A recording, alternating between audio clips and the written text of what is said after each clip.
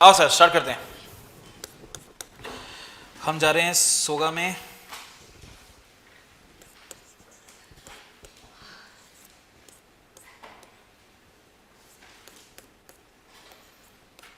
Page number कौन सा है, मैं कर लेता हूँ।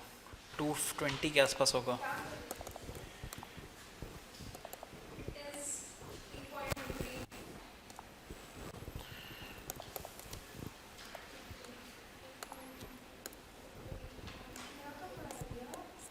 अब आएगा।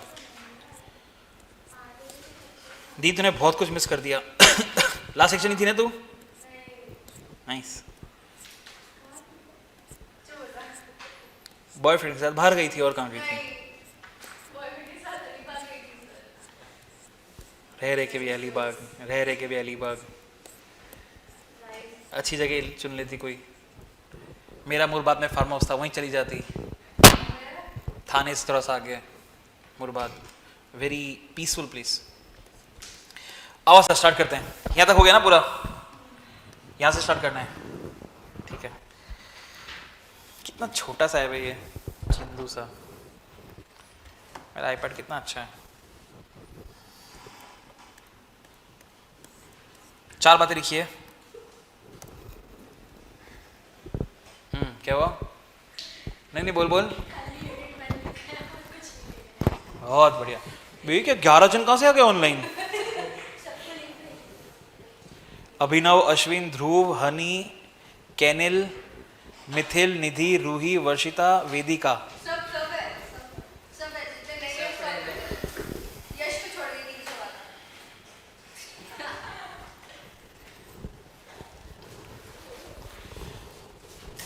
अब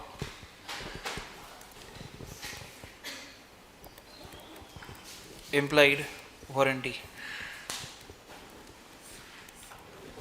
एक बार रिकॉल करते हैं वापस। सर इम्प्लाइड का मतलब वो जो कॉन्ट्रैक्ट में लिखा नहीं होगा, बट हम ऐसा मान के चलेंगे कि वो प्रेजेंट है कॉन्ट्रैक्ट के अंदर। 4 बातें लिखी हुई है, हम बुक तो नहीं खोलने वाले, बिना बुक के पढ़ेंगे। सबसे इजी से पहले लिखता हूँ, डेंजरस नेचर ऑफ गुड्स, उसका डिस्क्लोजर। ओके, सबसे इजी यही था। फिर एक रिपीट है क्वालिटी और फिटनेस वाला, वो रिपीट है। फिर 2 डिफिकल्ट वाले पॉइंट्स हैं। एक नॉन थ्योरी क्वेश्चन है, एग्जाम में 2 बार आ चुका है, 4 मार्क का, दोनों बार 4 मार्क का ही आया था। नॉन एग्जिस्टेंस ऑफ एनकम्बरेंसेस, जिसका मतलब हमें नहीं पता। And last undisturb position, implied warranty as to undisturb position, ऐसा आपकी बुक में लिखा हुआ है।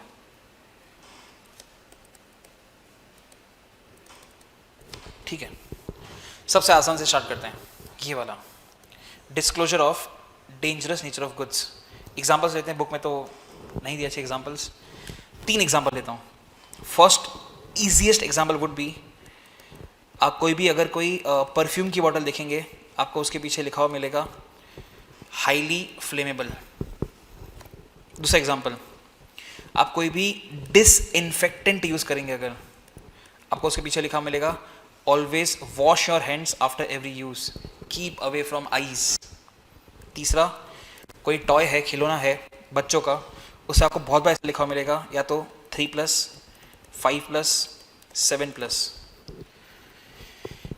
ये सारे के सारे ये वाले पॉइंट हैं कि सर अगर आप परफ्यूम छाट रहे हो, ठीक है, अलग से किसी का बर्थडे है, आपने एकदम से फिर लाइटर जलाया, बूम आग। अब आप क्या करोगे, उस परफ्यूम वाले के ऊपर केस करोगे। परफ्यूम वाले ने क्या कर दिया, पहले ही लिख दिया highly flammable.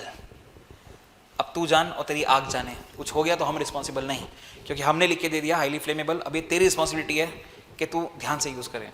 That is disclosure of dangerous nature of goods. नीचे again very simple example, Hit, Mortein, ये सब नाम सुने आपने अगर, तो यूज़ करने के बाद आपको हाथ धोने हैं, आपने हाथ नहीं धोए और उसी से खाना खा लिया और आपको वो फूड पॉइजनिंग हो गया, आप मर गए, हम रिस्पॉन्सिबल नहीं, क्योंकि हमने तो लिख दिया wash your hands after every use, keep away from the reach of children. And last Uno की बात करते हैं। ऊनो तुम लिखा ना क्लास के अंदर है, निकाल एक बार, पैकेट है उसका। बोलो बेवड़ो, आज जरूरत थी तो आज ही नहीं लाए।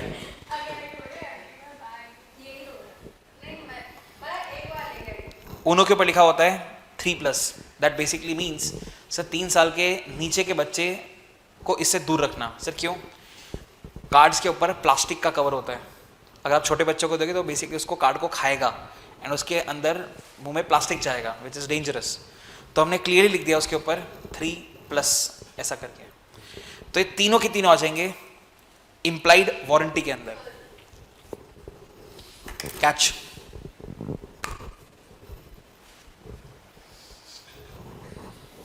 हाँ कहाँ गया भाई? ये रहा। कॉशन पहला, अवॉइड डायरेक्ट इनहेलेशन। साले अभी अभी करा मैंने पानी दे दे, विल भी नहीं बनाई मैंने अब तक। आगे, do not expose to temperature exceeding, ठीक है। Highly flammable, do not spray near eyes और फेस और ऑन सोर और broken skin. Stop use if irritation develops, harmful if taken internally, keep out of reach of children, ठीक है। Best example इस implied warranty का।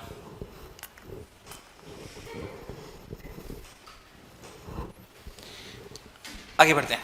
Lavender ना शायद,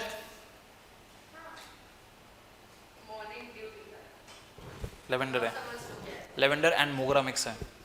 top note is lavender, second note is मोगरा। आगे बात करते हैं नॉन एग्जिस्टेंस ऑफ एनकम्ब्रेंसेस, इसके ऊपर आते हैं। एक नया वर्ड आपकी लाइफ में, एनकम्ब्रेंसेस। इसका मतलब होता है सिंपल भाषा में गिरवी। तो हम पॉइंट बोल रहे हैं नॉन एग्जिस्टेंस ऑफ एनकम्ब्रेंसेस। मतलब एक एग्जांपल समझने की ट्राई करते हैं कि सर अगर एक्स ने वाई को एक कार बेचा, वाई ओनर बन गया। अब बैंक वाला वाई के पास आके बोलता है कि ब्रो इस कार के ऊपर 10 EMI पे करना बाकी है, ला पे कर। मतलब दिस कार इज एनकम्बर्ड। एक्स ने अब तक सारे EMI पे नहीं करे थे और उसने वाई को बेच दी, मतलब ओनर बना वाई। अब झक मार के वाई को अपनी जेब से पे करना पड़ेगा EMI। कितना ज्यादा ऑब्वियस है, हम आपसे वसूल लेंगे sir. And the reason is implied warranty. हमेशा मान के इंप्लाइड मतलब हमेशा मान के चलेंगे कि एनकम्ब्रेंसेस नहीं होगा, नॉन एग्जिस्टेंस। तो अगर एनकम्ब्रेंस है और मुझे अपनी जेब से पैसा देना पड़ रहा है जो आपको देना चाहिए था, मैं आपसे रिकवर कर लूंगा। Very simple. फर्स्ट की बात करते हैं, जो बुक में एग्जांपल रॉन्ग दिया हुआ है, हम समझने की ट्राई करते हैं। अनडिस्टर्ब पोजीशन का बुक में एग्जांपल दिया हुआ है कि आपने किसी से कार ली, वो कार चोरी करी हुई निकली, तो आपको कार वापस देनी पड़ी ओनर को और आपने उसका पैसा ले लिया। ऐसा बुक में आपको एग्जांपल मिल जाएगा।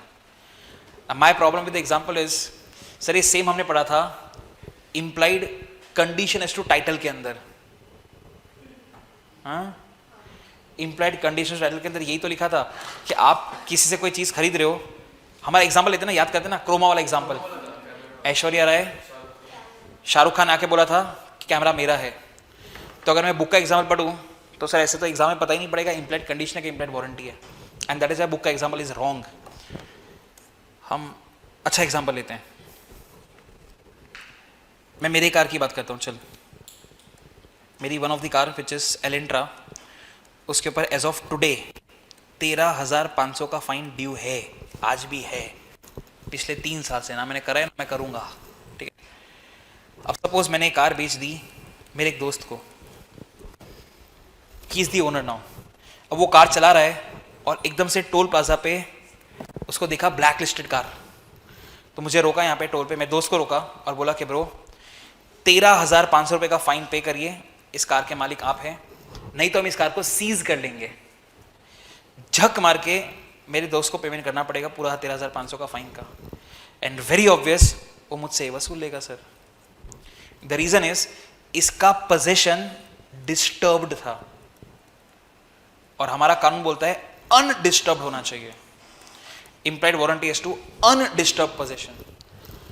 तो पोजेशन डिस्टर्ब नहीं होना चाहिए, एनकम्ब्रेंसेस नहीं होना चाहिए, कुछ डेंजरस नेचर उसको डिस्क्लोज करना चाहिए। एंड ये तो सेम ही है सर जो हमने इंप्लाइड कंडीशन में पढ़ा था, क्वालिटी ऑफ फिटनेस। क्या आपने जो भी लिया, अगर आपने सामने वाले के स्किल पर रिलाय करा तो फिर उसका ड्यूटी सब कुछ बताने का। तो दिस इज रिपीट, इसे मैं इसको पढ़ाया ही नहीं, दिस इज रिपीट। तो सर दोनों जगह क्यों लिखा हुआ है? अगर आप कॉन्ट्रैक्ट रेप्यूटेड कर रहे हो तो इम्प्लाइड कंडीशन, डैमेजेस ले रहे हो तो इम्प्लाइड वारंटी, वही तो पढ़ा है अपने स्टार्टिंग में। ऐसा करके 4 पॉइंट्स हैं सर। देखिए एक बार, आई वेट ये वाले पॉइंट्स जो आपको यहाँ पे दिख रहे हैं। पहले हेडिंग देख लेते एक बार, फिर बाकी थ्योरी भी देख लेते एक बार। स्टार्टिंग यहाँ से, implied warranty as to undisturbed possession, implied warranty as to non-existence of encumbrances, implied warranty as to disclosure of dangerous nature of goods, implied warranty as to quality or fitness by usage or trade। ऐसे करके 4 point जो हमने discuss करे बिना book में देखे। ऊपर का इंट्रोडक्शन भी देख लेते एक बार। It is a warranty which the law implies into the contract of sale. In other words, it is a stipulation which has not been included in the contract. Contract में नहीं है, हमेशा मान के चलेंगे। Of sale in express words, but the law presumes that the parties have incorporated into it the contract. It will be interesting to know that the implied warranties are read into every contract of sale unless आपने उसको exclude ना करो। फिर 4 points उसका theory ये रहा। Warranty as to undisturbed possession, an implied warranty that the buyer shall have and enjoy quiet possession of the goods, ठीक है, बिना disturbance के, quiet मतलब undisturbed। That is to say, if the buyer having got possession of the goods is later on disturbed in his possession, he is entitled to sue the seller for the breach of warranty। माशाल्लाह, example अच्छा ही था उसका, हमने discuss किया। आगे बढ़ते हैं। Warranty as to non existence of encumbrances, हमने सिखाया आपको मतलब इनकम्बरेंस मतलब गिरवी। मैं आपके साथ अगर अकाउंट्स की भाषा में बात करूं, बैलेंस शीट में होता है या तो फ्री होल्ड प्रॉपर्टी या लिखा होता है lease hold property. Lease hold मतलब इनकम्बरेंस, फ्री होल्ड मतलब नॉन इनकम्बरेंस। लीज देखा हो ना अकाउंट्स के अंदर, बैलेंस शीट के अंदर, तो लीज होल्ड मतलब वो प्रॉपर्टी कंपनी की ही है पर गिरवी रखी हुई है, लीज होल्ड प्रॉपर्टी। तो हम बोल रहे हैं ऐसा नहीं होना चाहिए। Warranty as to non-existence of encumbrances, and implied warranty that the goods shall be free from any charge or encumbrance मतलब गिरवी, उससे फ्री होना चाहिए मतलब गिरवी नहीं होना चाहिए। मैंने एग्जाम्पल इसमें घर का नहीं लिया क्योंकि घर तो गुड्स ही नहीं होता, तो एग्जाम्पल मैंने कार का लिया, ठीक है। घर का एग्जाम्पल रॉन्ग हो जाता क्योंकि घर गुड्स ही नहीं होते, उस पर सोगा लगेगा ही नहीं। तो फ्री फ्रॉम एनी चार्ज और encumbrance in favour of any third party not declared और known to the buyer before और at the time of contract is entered into. Example दिया, पढ़ सकते हो, मैं वेट कर रहा हूँ एक बार। हमारे जैसे एग्जाम्पल है, जल्दी से रीड करिए उसको, आई विल वेट।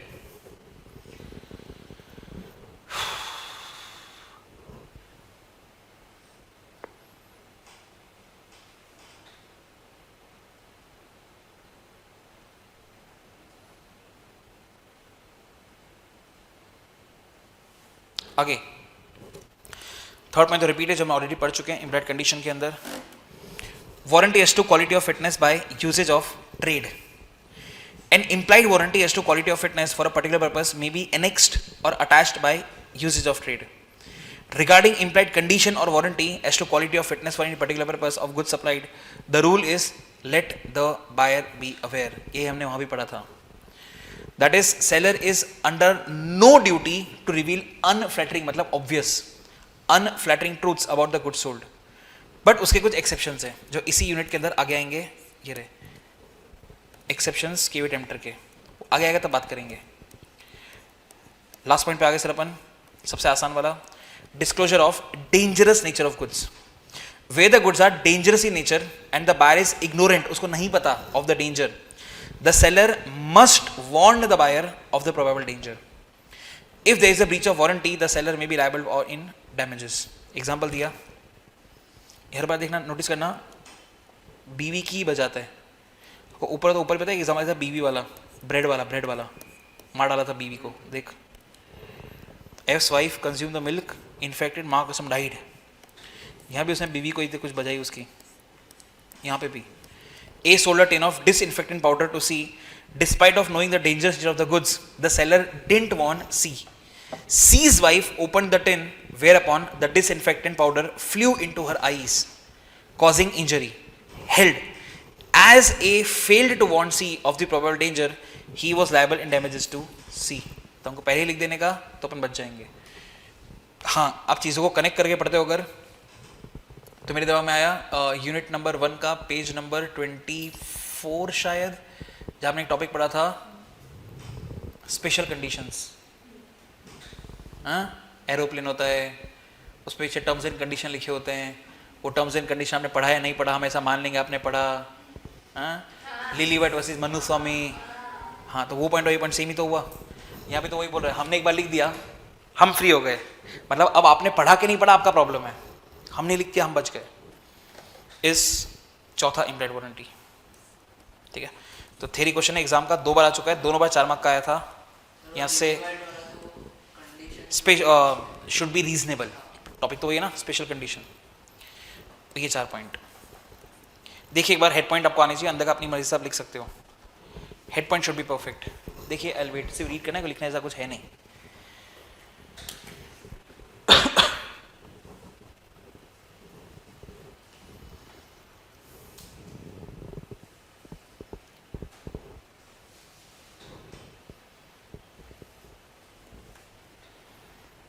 हेड पॉइंट्स सिर्फ साथ में चिपकाना. हमने आपको मार्कशीट, हमने आपको answer sheet the annexed with question paper, चिपका के.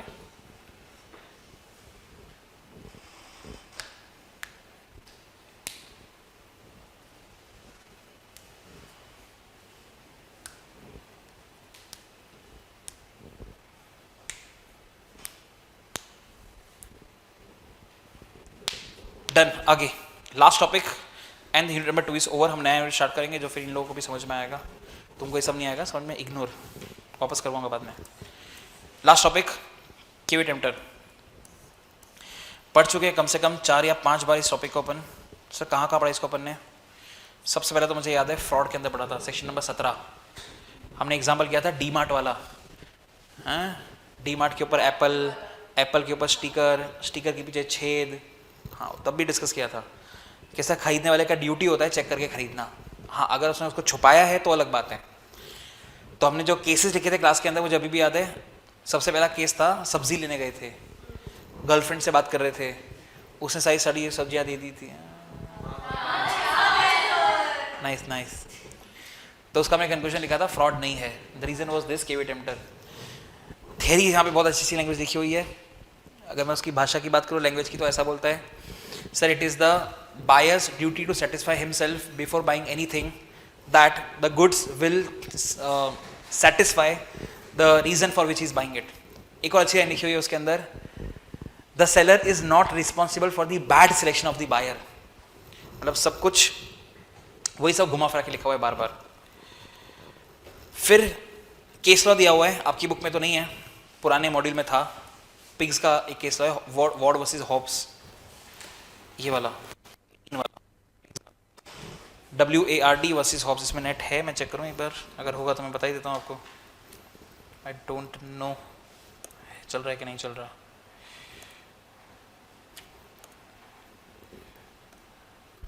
WARD versus Hobbs case law चल रहा है. नाइस. कौन सा ओपन करें? ये ओपन करते हैं. ठीक है, बड़ा सारा केस है, आपको पूरा बता देता हूँ, बाद में पढ़ लेंगे. सपोज मुझे मेरे फार्म के लिए पिग्स चाहिए. पिग्स मेरे फार्म में अभी हैं 10 पिग्स, मुझे और पिग्स चाहिए. हम पिग्स का फार्मिंग करते हैं, हमें और पिग्स चाहिए. तो हम गए बेसिकली इसके फार्म पे पिग्स बाय करने के लिए. इसको हमने बोला कि भाई मुझे 10 पिग्स चाहिए. उसे बोला कि मेरे फार्म में पड़े, आप देख लो अपने हिसाब से और ले जाओ. मैंने बोला कि हाँ ठीक है, उस कॉर्नर में जो 10 पिग्स है ना वो भेज दो. मैंने पैसे दिए, उसने पिग्स भेज दिए. अब मेरे पास हो गए 10 पुराने पिग्स और 10 नए पिग्स. 2 दिन के बाद ये 10 भी मर गए, ये 10 भी मर गए. हमने वेट को बुलाया, जानवरों का डॉक्टर. उसने आके बोला कि साहब जो नए पिग्स लेकर आए उनके अंदर एक इन्फेक्शन था जो आपके खुद के पिग्स के अंदर भी फैल गया और इससे सारे पिग्स मर गए हैं. तो मैं वापस गया भाग के सेलर के पास और बोला कि भाई कंपनसेशन दे. उसने मना कर दिया. मैं कोर्ट में गया, वार्ड कोर्ट में गया. और मैं हार गया। जज बोलता है जब तूने पिक्स लिए थे तुझे चेक करके लेने चाहिए थे, तूने ऐसा कैसे बोल दिया हाँ वो 10 दे दो। जो तूने वेट बुलाया वो तुझे तब बुलाना चाहिए था तूने खरीदा था, ना कि मौत के बाद। और भैया केस हार गए। This is Ward versus Hobbs. इसने समझाया है तो मैं देख लेता हूँ एक बार। नहीं ये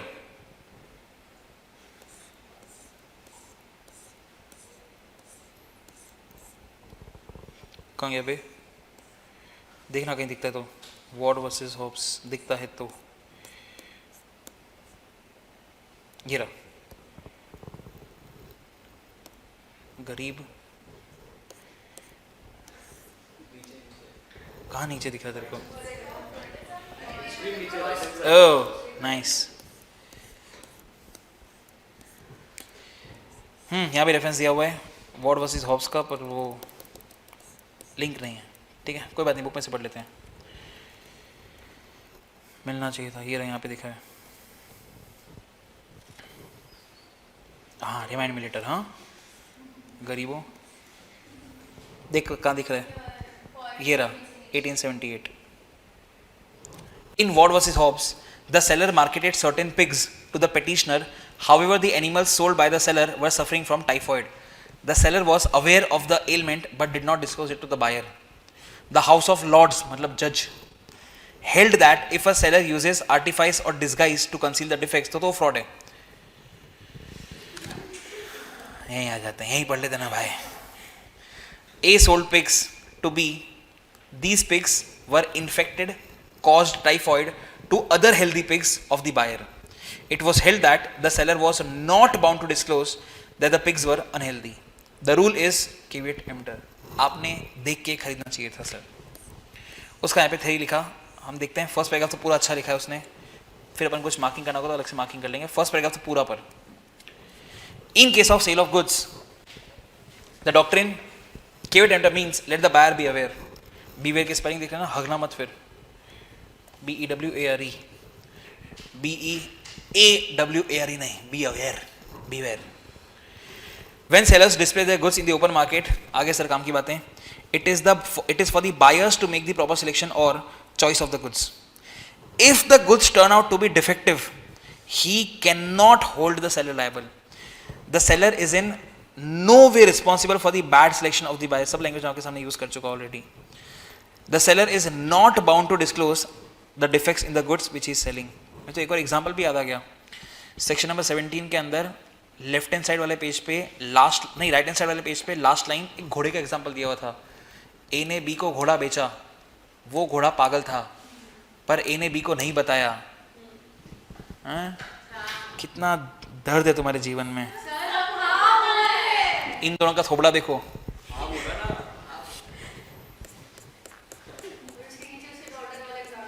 वेरी गुड, वो एक्सेप्शन में था। नाइस नाइस, यस डॉटर वाला एक्सेप्शन में था। यूनिट नंबर 3 ना, 3 के अंदर 6th पेज आ गया। 3 इसके अंदर फ्रॉड, ये रहा सर यहां पे कहीं पे example 21। A sell by auction to B a horse which A knows to be of unsound. A says nothing to B about the unsoundness of the horse. This is not fraud by A. इस topic को मैं link कर रहा हूँ हमारे example के साथ।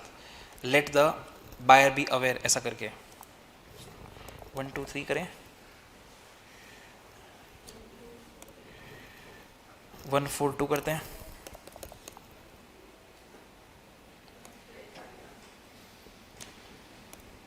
One eight eight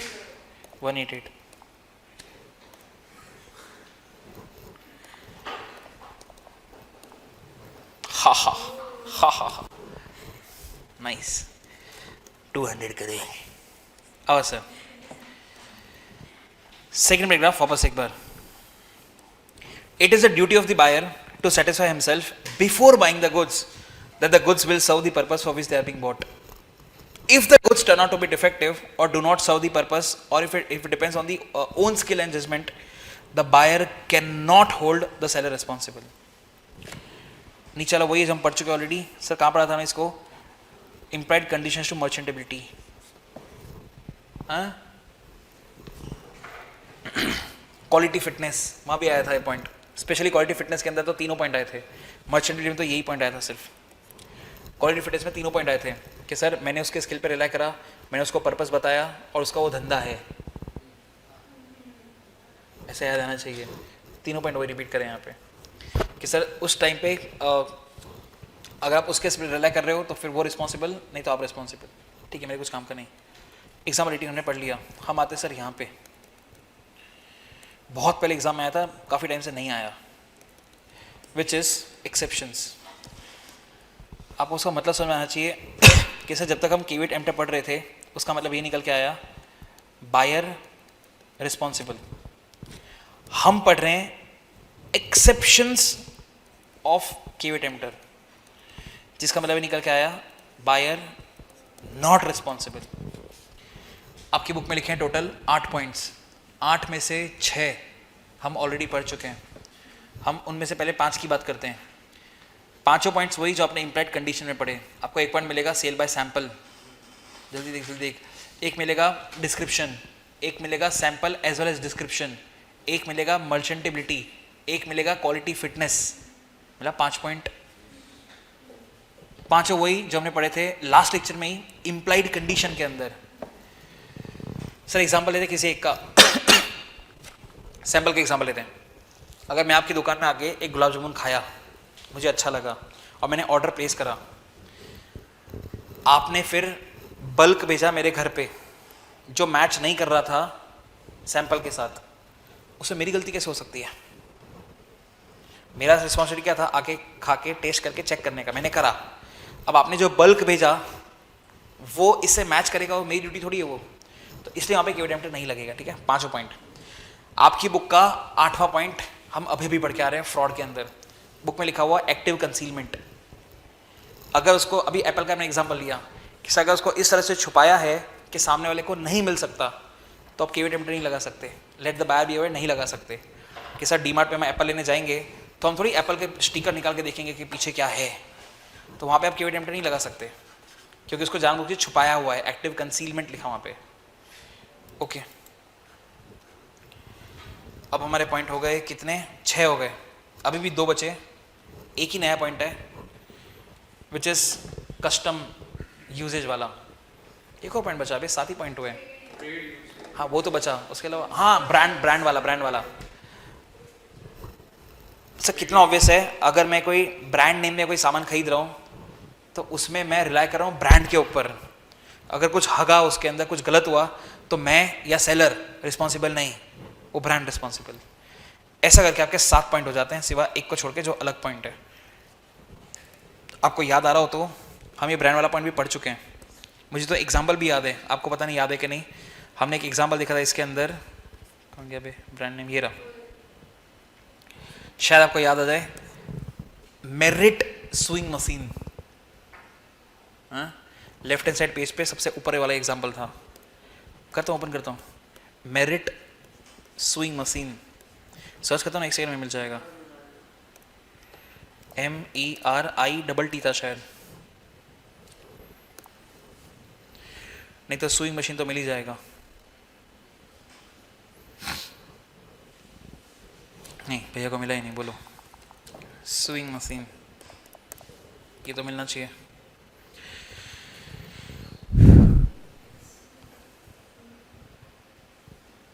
ढूंढ ही रहा है अभी भी. आया कुछ मिला उसको. हाँ मैंने कहा था टॉप ऑफ द पेज. देख सेम ही तो है. लाइन बताऊँ? लाइन भी लास्ट लाइन है. ये देख, implied condition will not apply if the goods have been sold under a trademark or a patent name. क्योंकि इसमें आप पेटेंट के ऊपर, ट्रेडमार्क पे रिलाई करते हो, उस पर भरोसा करते हो. ये देख, A went to B shop and asked for merit. अच्छा MERR था, हम डबल T कर रहे थे. Nice. A went to B shop and asked for merit sewing machine. B gave A the same and A paid the price. A relied on the trade name of the machine rather than skill and judgment of the seller. In this case, there is no implied condition as to quality fitness for buyer's particular purpose. ठीक है, तो वो point भी sir repeat हो गया. तो घूम फिर के आपके पास एक ही पॉइंट तो बचा, चलना भी. मैं लिख के बता देता हूँ एग्जाम्पल उसका, ट्रेड यूजेज का. बहुत प्यारा पॉइंट है, बुक में कोई एग्जाम्पल अच्छे से दिया हुआ नहीं है तो आपको मेरा एग्जाम्पल ही सुनना पड़ेगा. सपोज हम पहनते हैं क्लोथ्स ऑफ ब्रांड यूएसपी है, उसका डबल एक्सएल मतलब 44 इंच. फिर हमने सोचा कि यार ब्रांड शिफ्ट करते हैं, हमने शिफ्ट करा बीइंग ह्यूमन पे. अगेन हमने मंगाया डबल एक्सएल, साइज आया थोड़ा सा loose 44.5 inches which is 100% okay. पता होगा गरीबों, brand to brand measurements different होते हैं. हाँ, हमने सोचा एक और ब्रांड बदलते हैं, we went towards Louis Philip.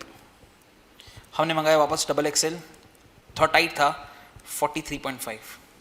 Finally हमने डिसाइड करा कि यार अब तो अपन पहनेंगे टॉमी के कपड़े.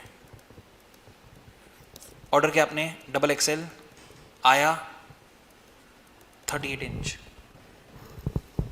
This is not a trade usage. Trade usage मतलब प्रथा क्या है, डबल एक्सएल मतलब 44 के आसपास.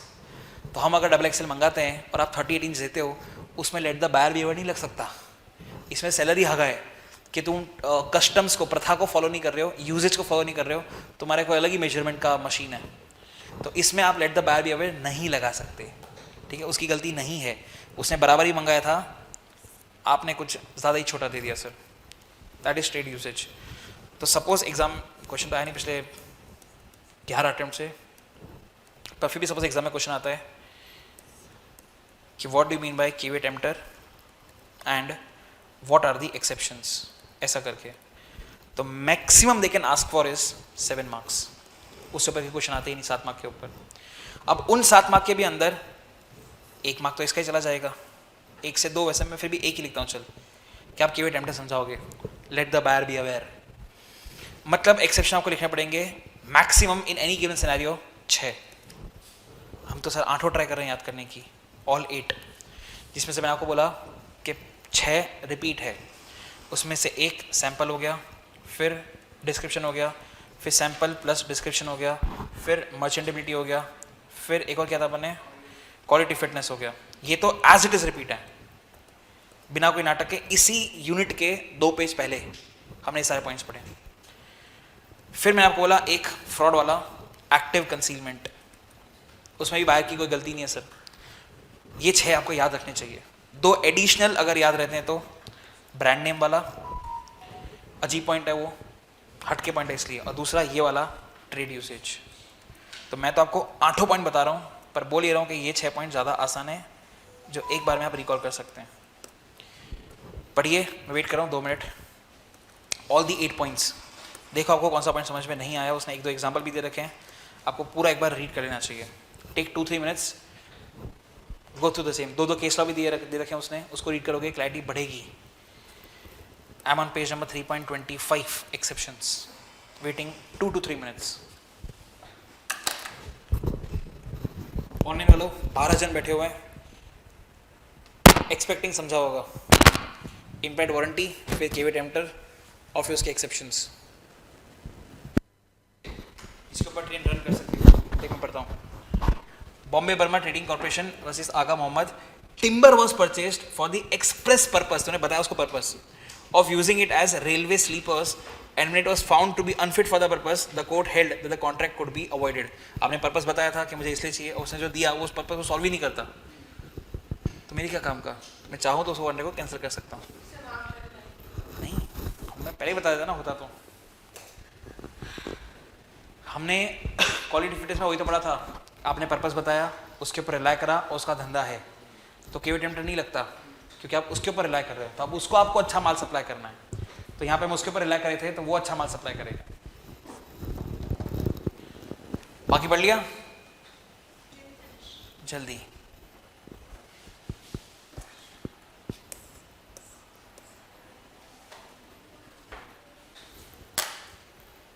नया यूनिट हम स्टार्ट तो कर देंगे एटलीस्ट बेसिक्स, छोड़ दूंगा आपको 230। ये दोनों यूनिट बहुत इंपॉर्टेंट है, ये ऑनलाइन करके क्या ही होगा। सॉरी 12-13 जन बैठे हैं यार ऑनलाइन, हद हो गई मतलब। वो भी होंगी शायद।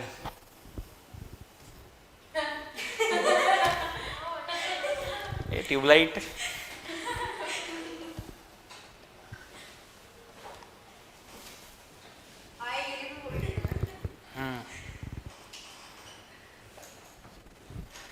अब आगे पढ़ लिया होगा तो बहन। हाँ आगे नया यूनिट स्टार्ट करते हैं। या तो 3 या तो 4, दोनों ही बहुत इंपॉर्टेंट हैं। चल 4 करते हैं, 4 इनको समझ में आएगा, इनको 3 समझ में नहीं आएगा। आओ 4 पे। सबसे इंपॉर्टेंट यूनिट, सबसे ज़्यादा in the after unit number 2 in the whole chapter. 2 के बाद 4 ही सबसे इंपॉर्टेंट है। बहुत इंटरेस्टिंग, बहुत प्यारा unit. Rights of an unpaid seller. एक एग्जाम्पल लेते हैं, उसके बाद बुक में से पढ़ना स्टार्ट करते हैं। लिखने का कुछ है नहीं यहाँ पे। Example, seller sold goods, buyer, यहां से यहां पे पैसा नहीं आया, और क्योंकि मैंने लिखा सोल्ड गुड्स, गुड्स बेच दिया ऑलरेडी, तो he is basically the owner.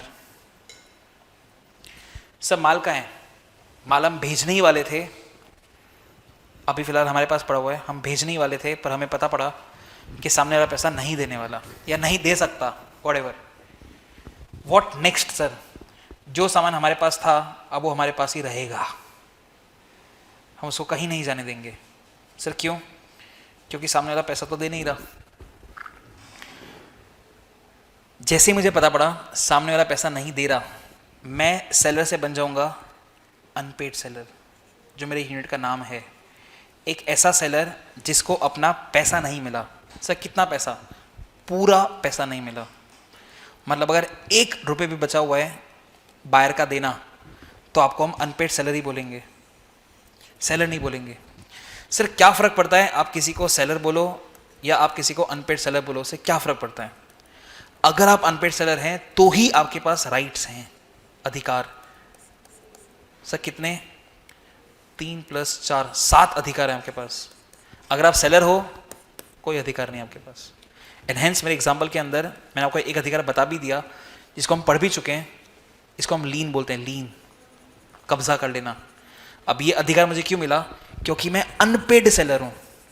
अगर मैं सिर्फ सेलर होता तो अधिकार मैं नहीं कर सकता यूज, क्योंकि मैं अनपेड सेलर हूं इसलिए मैं अधिकार यूज कर सकता हूं। उसका मैंने आपको एग्जांपल दिया, लीन एक्सरसाइज करना। तो कंक्लूजन इज सर क्या सिर्फ पैसा ना मिलने पे आप अनपेड सेलर बन जाते हो? लॉ में क्या बोलते हैं? नहीं, ऐसा नहीं। एक और पॉइंट है, आपको चेक दिया बायर ने और वो चेक बाउंस हो गया, इवन देन आप अनपेड सेलर हो। तो मेरा सेक्शन 45 का सबसेक्शन 1 मुझे बताता है अनपेड सेलर म्हणजे क्या। उसमें सिर्फ 2 बातें लिखी हुई है। पहला, आपको पूरा पैसा नहीं मिला, पैसा लिखा ऐसे नहीं, पूरा पैसा नहीं मिला, या फिर आपको एक चेक मिला पर वो चेक बाउंस हो गया।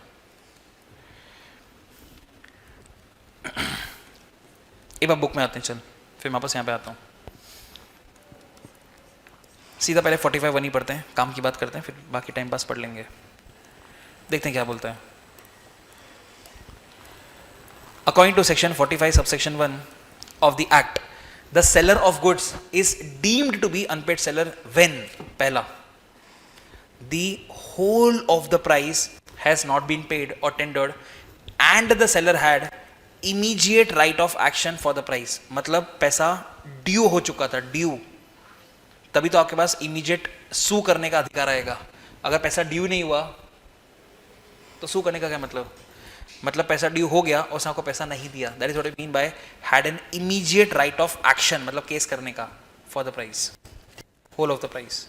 और दूसरा चेक बाउंस वाला, when a bill of exchange और other negotiable instrument has been received as conditional payment and the condition on which it was received has not been fulfilled by reason of dishonor of the instrument or otherwise। ठीक है, understanding देखते हैं एक बार अपन। मेरे को से दिए हुए नीचे 5 केसेस, हमें दिमाग से इतना लगाना है कि सर इन 5 में से कौन से केसेस में आपको अनपेड सेलर कहा जाएगा, हमको वहाँ पे दिमाग लगाना है। ठीक है, आपके सामने सारे केसेस, हम स्टार्ट करते हैं पीछे से। हाँ सर, दोनों भाई लोग ऑल्टरनेट आंसर देते जाओ, स्टार्टिंग आपसे sir. A B C D E, शुरू करिए। ए, बताना आपको सिर्फ इतना है अनपेड सेलर है या नहीं है, सामने बोर्ड पे दिख रहा है मुझे स्क्रीन पे। ए बी सी डी ई, शुरू करिए। आंसर राइट है। नेक्स्ट बाजू में सर। हाँ, सेलर है तो सेलर तो है ही ना। अच्छा, पेड सेलर है, ओके, मतलब अनपेड सेलर नहीं है। बाजू में sir C. Are you sure आपने केस नंबर बी यहाँ तक पढ़ा था? नहीं नहीं नहीं, मैं समझ गया सर, क्योंकि इतना तो कैसे हक सकते हैं। इसमें रबर कहाँ गया यार, यहाँ छुप गया होगा। I am so smart. हाँ सर, बाजू में सी।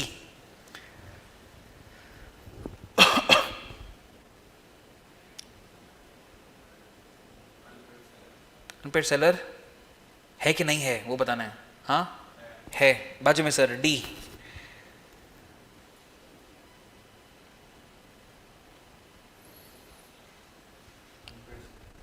अनपेड सेलर है, तो या तो आप रॉन्ग हो या आपके बाजू वाला रॉन्ग है, दो में से एक भाई रॉन्ग है, क्योंकि यहाँ पे लिखा है हैज़ नॉट येट एक्सपायर्ड और यहाँ लिखा है हैज़ एक्सपायर्ड, तो आंसर दोनों के अपोजिट ही होने चाहिए। आपने दोनों में यस बोला तो कोई एक रॉन्ग है सर, आप खुद डिसाइड करो कौन रॉन्ग है। तब तक पीछे वाले भैया आप ई वाला कर दो।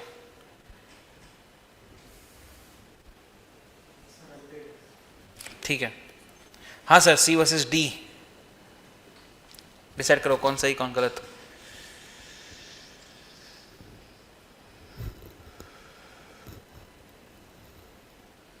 क्या सोचा, कौन सही कौन गलत? हाँ सॉरी, सी अनपेड सेलर है। हाँ तो वही तो मैंने कहा टिक। हाँ सर, बाजू में आप डी। आपका भी अभी भी सेम ही आंसर है, अनपेड सेलर है ऐसा करके, तो हम आप एक काम करते हैं, क्वेश्चन को स्वैप कर देते हैं, डी वाले को सी देते हैं, सी वाले को डी देते हैं। अब देखिए,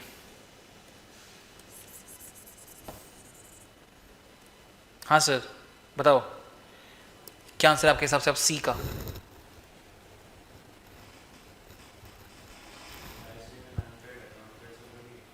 अनपेड सेलर सी में,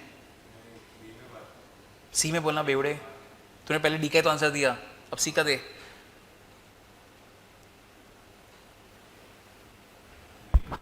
नहीं है, बाजू वाले भैया आपको डी दिया।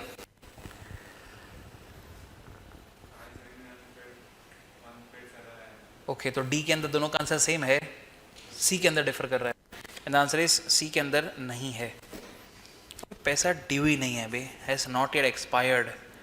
जब तक मुझे पैसा लेने का हक ही नहीं बना, तब तक मुझे पैसा क्यों मिलेगा? मुझे पैसा नहीं मिलेगा, नहीं मिलना भी कैसे हुआ बे? लिखना है यहाँ पे हैज नॉट येट एक्सपायर्ड, आपने बेचा उसको 1 मंथ की क्रेडिट पे, अब तक 1 महीना खत्म नहीं हुआ, तो पैसा लेने का हक ही नहीं बना। अब जब पैसा लेने का हक ही नहीं बना तो पैसा मिला नहीं, तो पैसा मिला नहीं तो अब थोड़ी अनपेड सेलर बन गए। डी उसका उल्टा, महीना खत्म हो गया, पैसा मिलना चाहिए था पर नहीं मिला, तो अनपेड सेलर। सबके आंसर नीचे दिए रखे हैं, पढ़ सकते हो आप एक बार, I will wait 30 seconds. A B C D सबके आंसर दे रखे हैं, can read once if you want.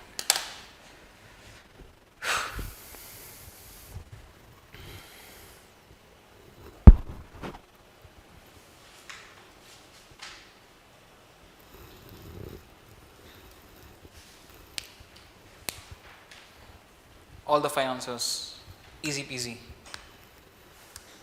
देखो मेरा परफ्यूम तू यूज करेगी नहीं, भाड़ में जा, गो टू हेल।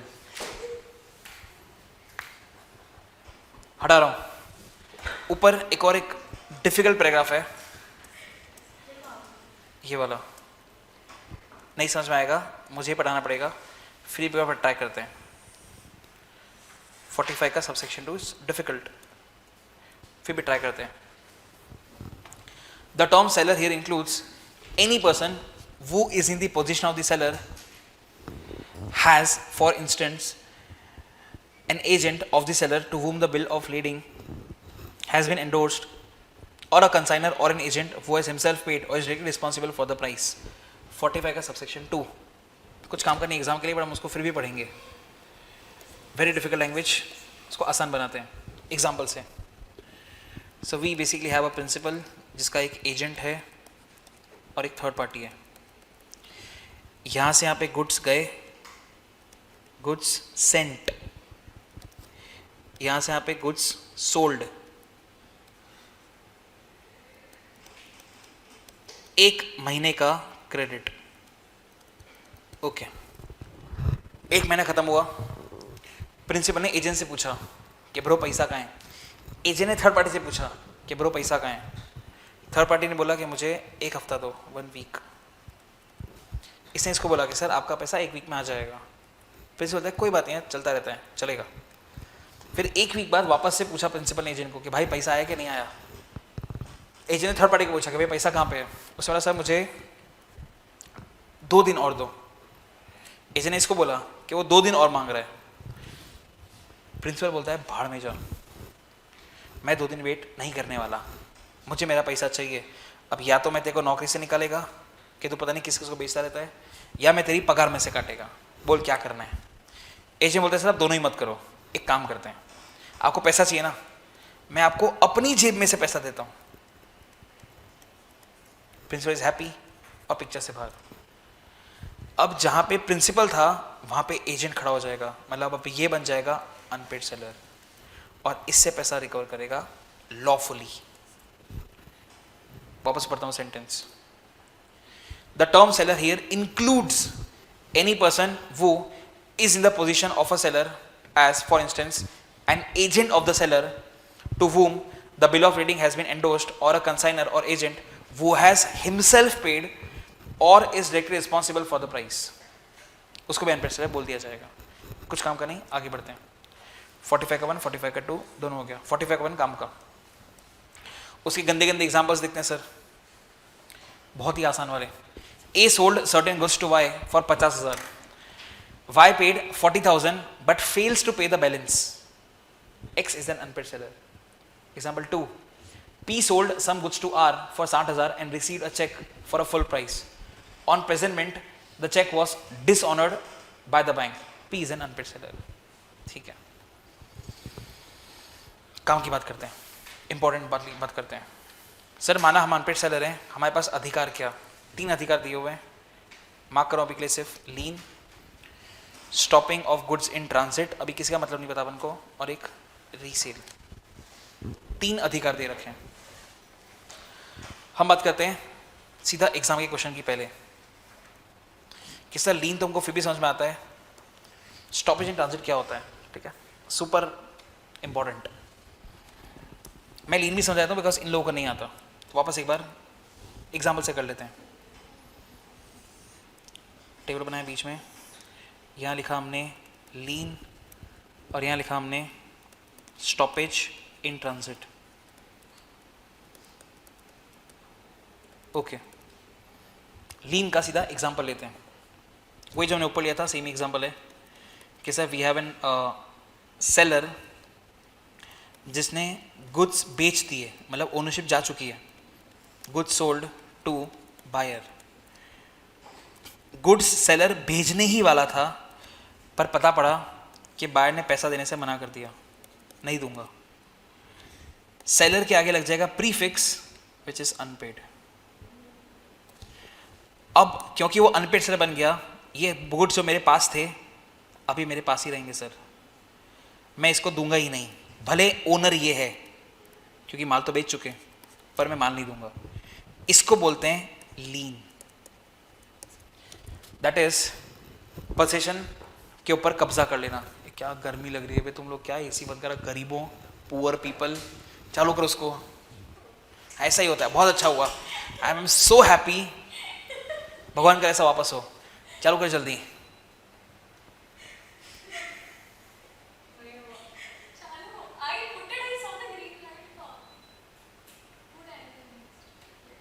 टेम्परेचर क्या है 24 करो, उसको कम नहीं बोला ज़्यादा, 24 नॉर्मल। आप भी खुश, मैं भी खुश, माशाल्लाह। यहाँ पे तो लीन का समरी क्या हुआ सर? लॉफुल, ठीक है, कानूनी तरीके से possession of someone else's property. Okay, माल किसी और का, पोजीशन आपके पास, कानूनी तौर से आप कुछ इलीगल नहीं कर रहे हो, वो पैसा नहीं देगा तो मैं उसको माल नहीं दूंगा। ये एक केस हुआ। फिर हम नए टॉपिक पे शिफ्ट करते हैं, super important section number 50। Example लेते हैं, सब कुछ सेम। ये हम सेलर, सामने बायर, गुड्स बेच चुके थे सर हम ऑलरेडी, गुड्स सोल्ड, मतलब ये बन गया ओनर, ये ओन करता है। गुड्स भी हमारे पास से जा चुके, ये ट्रक, ट्रक के अंदर सामान पड़ा हुआ है और ये ट्रक जा रहा है इसके पास। मीनवाइल हमारे पास उड़ती उड़ती खबर आती है कि बायर भैया इनसॉल्वेंट हो चुके हैं, भिखारी इनसॉल्वेंट हो गया। कितना ऑब्वियस है, अगर ये माल वहाँ पहुँच गया तो इसका जो लिक्विडेटर होगा, ऑफिशियल असाइनी, वो कब्जे में ले लेगा, क्योंकि मालिक तो ये है। तो हम नहीं चाहते कि ये ट्रक वहाँ तक पहुँचे, क्योंकि वो ओनर है, वो उसको अपने पास रख लेगा, हमें कुछ कर भी नहीं सकता। मैं फटाक से ट्रक वाले को फ़ोन करके बोलूँगा, ब्रो यू टर्न मार और वापस मेरे पास आ जा। और इसको हम बोलते हैं, like the name says, stoppage in transit. Transit मतलब रास्ते में, और उसको वहीं पे रोक दिया और बोला ब्रो वापस आ, that is stoppage in transit. दोनों के बीच में 5 डिफरेंसेस हैं। अगेन हम बिना बुक खोले ही पढ़ेंगे दिमाग से, तो रट्टा नहीं मारना पड़ेगा। सर क्या डिफरेंसेस हैं? सबसे पहले मेरा सबसे फेवरेट जो है उसकी बात करते हैं, एकदम लॉजिकल दिमाग वाला।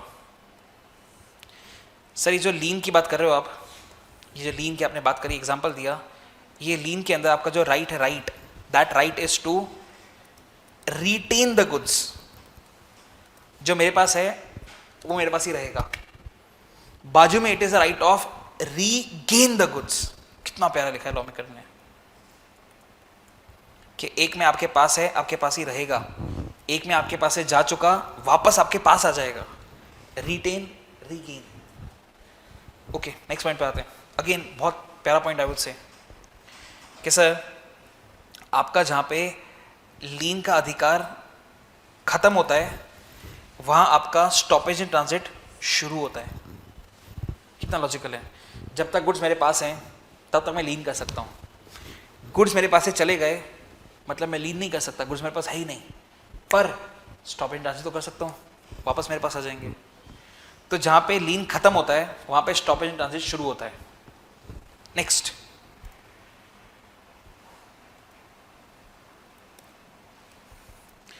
अभी भी पड़ा वही पॉइंट।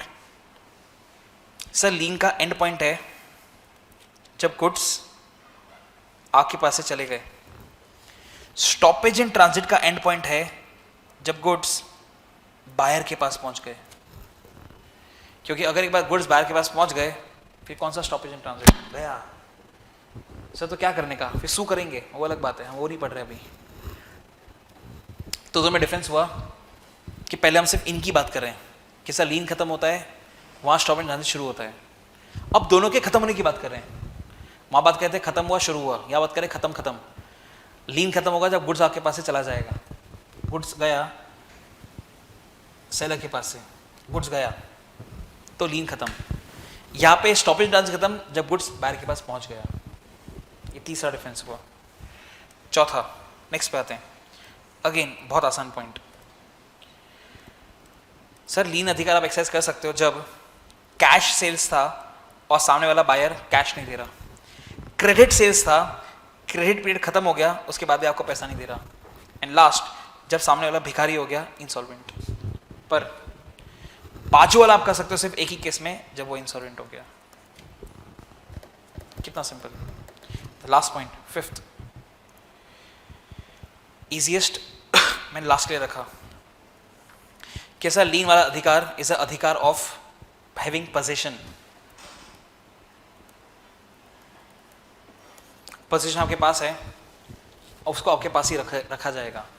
यहाँ पे क्या हो रहा है सर, पोजीशन आपके पास है, चला गया। मैं बुक का लैंग्वेज लिखूँ तो the seller has parted with the goods, parted, ठीक है, 2-3 बार ये वर्ड आएगा।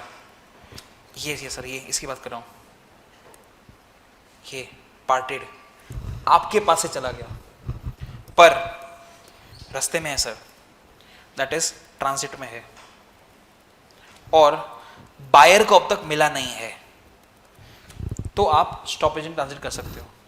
यहां पे आपकी पोजीशन में हो तो ही कर सकते हो। ऐसे करके 5 पॉइंट है, बुक में देखेंगे, पर पहले एक बार इसको रिकॉल करने की ट्राई करते हैं। हाँ पिंकी, शुरू हो जाओ जल्दी, एग्जाम्पल से स्टार्ट करते हैं। लीन से स्टार्ट करते हैं। लीन में क्या एग्जाम्पल दिया मैंने?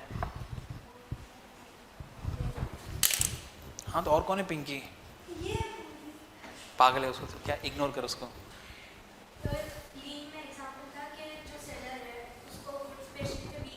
बेच दिए।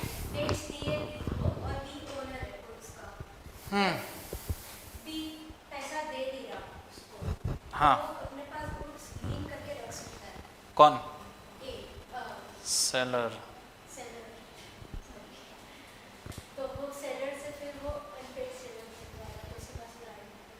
पैसा नहीं दिया तो सेलर से अनपेड सेलर बन जाएगा, और जो गुड्स मेरे पास था, मैं देने वाला था, अब वो नहीं देगा, अपने पास ही था, अपने पास ही रखेगा बाजू में। बेच चुका, बेवड़ी।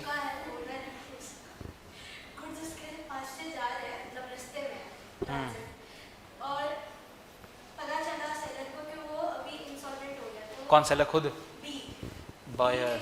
बायर, हाँ। क्यों वापस नहीं मंगाए तो क्या प्रॉब्लम है?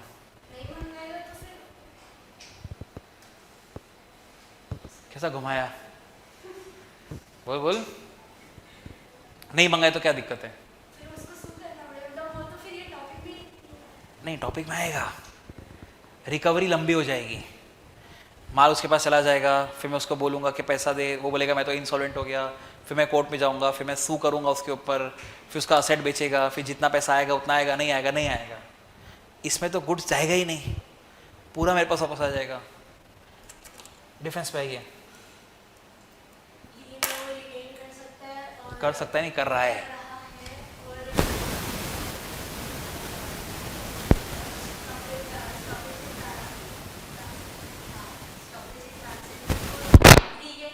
क्या रीगेन कर रहा है? गुड्स का पोजीशन चलेगा आगे। उसमें जहाँ लीन खत्म होता है वहाँ से ट्रांजिट शुरू होता है। ओके आगे बोल। लीन खत्म होगा जब गुड्स सेलर के पास से चले जाएंगे। Very good. और ट्रांजिट में वो जब स्टॉपेज इन ट्रांजिट में, माशाल्लाह। नेक्स्ट।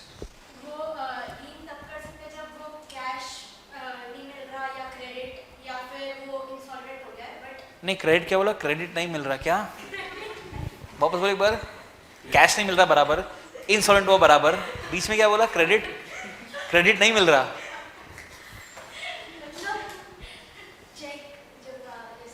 कैसी कैसी बातें कर रही है? क्रेडिट पे माल बेचा था जो भैया ने हगा था, क्रेडिट पीरियड खत्म हो गया और वो मुझे पैसा नहीं दे रहा। हाँ बाजू में क्या कर सकता है? नाम बोल, नाम बोलना पड़ेगा।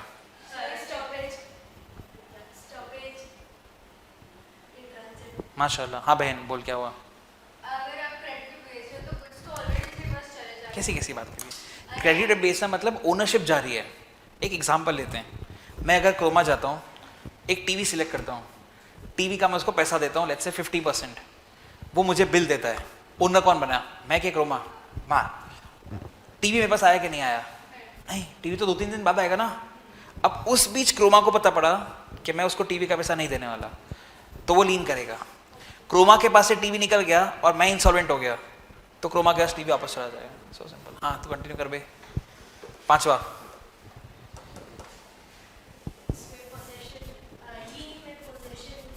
होना चाहिए मेरे पास।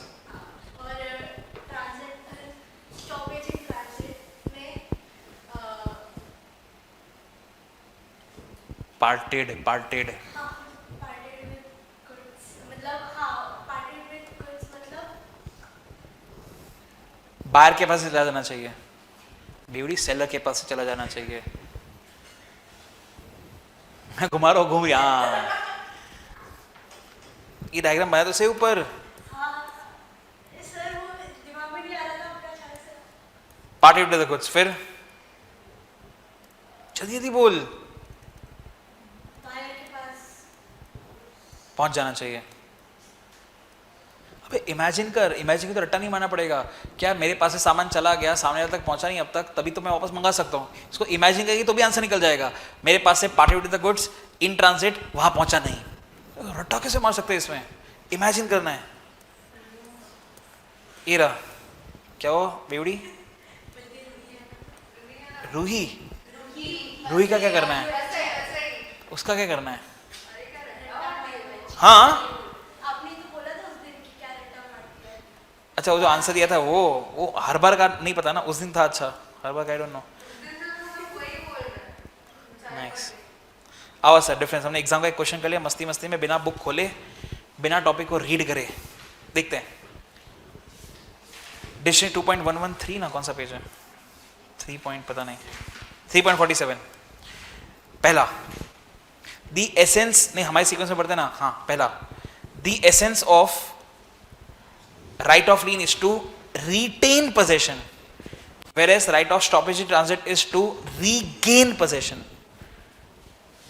फिर पांचवा point, right of lien comes to an end as soon as the goods go out of the possession of the seller, but right of stoppage in transit comes to an end as soon as the goods are delivered to the buyer. हमारा तीसरा point था ये, done.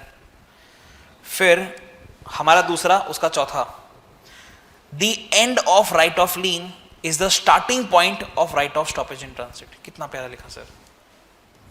Next third, हमारा fourth, right of lien can be exercised even when the buyer is not insolvent, but it is not the case with right of stoppage in transit। Second सबसे आसान वाला आखिरी में रखा, seller should be in possession of the goods under lien, while in stoppage in transit seller should have parted with the possession should be with the carrier, मतलब truck वाला रास्ते में, and buyer has not acquired the possession। सारे points जो discuss करें यहाँ पे, it is that easy sir. उसको आप अगर इमेजिन कर पा रहे हो तो करो रीड एक बार पांचों point and we end the lecture जल्दी।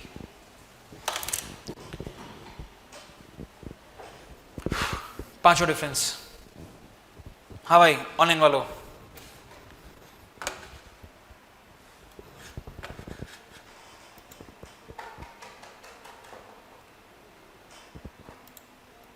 अभिनव, अश्विन, ध्रुव, हनी, कैनिल, मिथिल, निधि, रूही, वर्षिता, वेदिका, समझ गया होगा ऐसा मैं अज्यूम कर रहा हूँ। पांचों पॉइंट बिना टॉपिक पढ़े, हमने टॉपिक नहीं पढ़ा अब तक।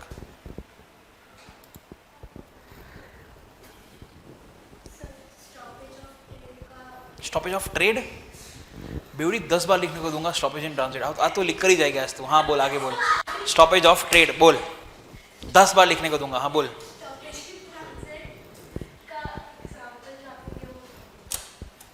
वो तो हम लिखेंगे ना, अरे पागल, जब उसको हम ये देख सेक्शन नंबर 50 कहाँ गया, ऊपर ही होगा वो। तो जब हम ये पढ़ेंगे तो वापस ड्रॉ करेंगे ना अपन। अभी भी देता हूँ ड्रॉ करना है तो, कोई दिक्कत नहीं है, मैं बता रहा हूँ। ये रहा दोनों का एग्जाम्पल।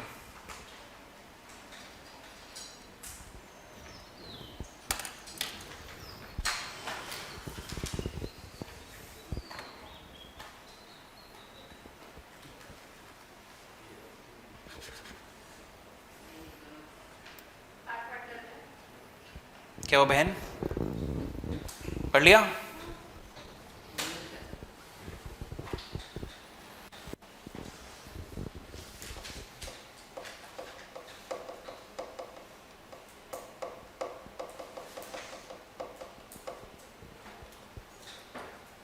पढ़ लिया तो जा सकते हैं। Can leave.